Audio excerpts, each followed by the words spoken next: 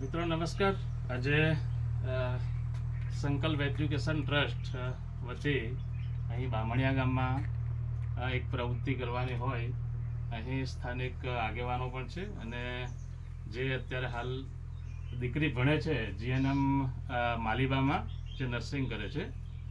તો મિત્રો થોડું ઘરની સિચ્યુએશન પણ મીડિયમ હોવાથી એમને એ આપણું સંકલ્પ એજ્યુકેશન ટ્રસ્ટ એ મદદની ભાવનાથી, મિત્રો સંકલ્પ એજ્યુકેશન ટ્રસ્ટ એ કોઈ એક વ્યક્તિ નહીં પણ સમૂહ છે, સમાજનો સમૂહ છે. એના તરફથી જે નાની નાની મદદરૂપ થાય છે દરેક વ્યક્તિ દ્વારા, દરેક સભ્ય દ્વારા. તો મિત્રો આજ સુધી લગભગ 12,000 જેટલું સભ્યોનું ગ્રુપ છે અને એ ગ્રુપ કોઈક 100 રૂપિયા મદદ કરે છે, 200 રૂપિયા, જેની જેવી સિચ્યુએશન જેટલી હોય એટલી મદદ કરે છે.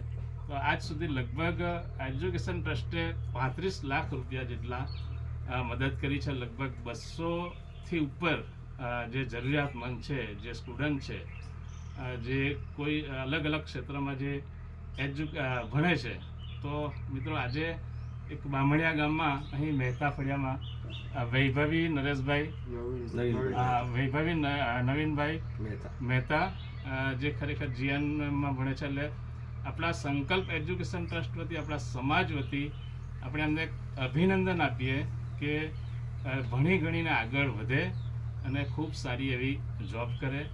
અને જે સંકલ્પ એજ્યુકેશન ટ્રસ્ટે એમને નાનકડી જે 15,000 જેટલી મદદ કરી છે, તો આપણે આશા રાખીએ કે દીકરી પણ જ્યારે ભણી ગણીને નોકરી કરશે ત્યારે થોડી, વધારે નહીં પણ થોડી, જે રીતે અત્યારે આપણે મદદરૂપ થઈએ છીએ, થોડી મદદરૂપ થશે. તો આપણે દીકરીને પણ થોડો પરિચય લઈએ. પહેલાં અહીં ગામના આગેવાન દિલીપભાઈ છે, એમનો પણ થોડા રિવ્યૂ આપણે લઈએ. હા, ચોક્કસથી સંકલ્પ એજ્યુકેશન ખૂબ સારી સેવાભાવી પ્રવૃત્તિ કરી રહ્યું છે. તમે પણ આ ગ્રુપમાં જોડાઓ, સેવાભાવી બનો અને કોઈકને પગભર બનાવવા માટે એમનો સહારો બનો. જય હિન્દ, જય ભારત. અને આ વૈભવી છે, એમના મોઢેથી પણ 2 શબ્દ આપણે સાંભળીએ.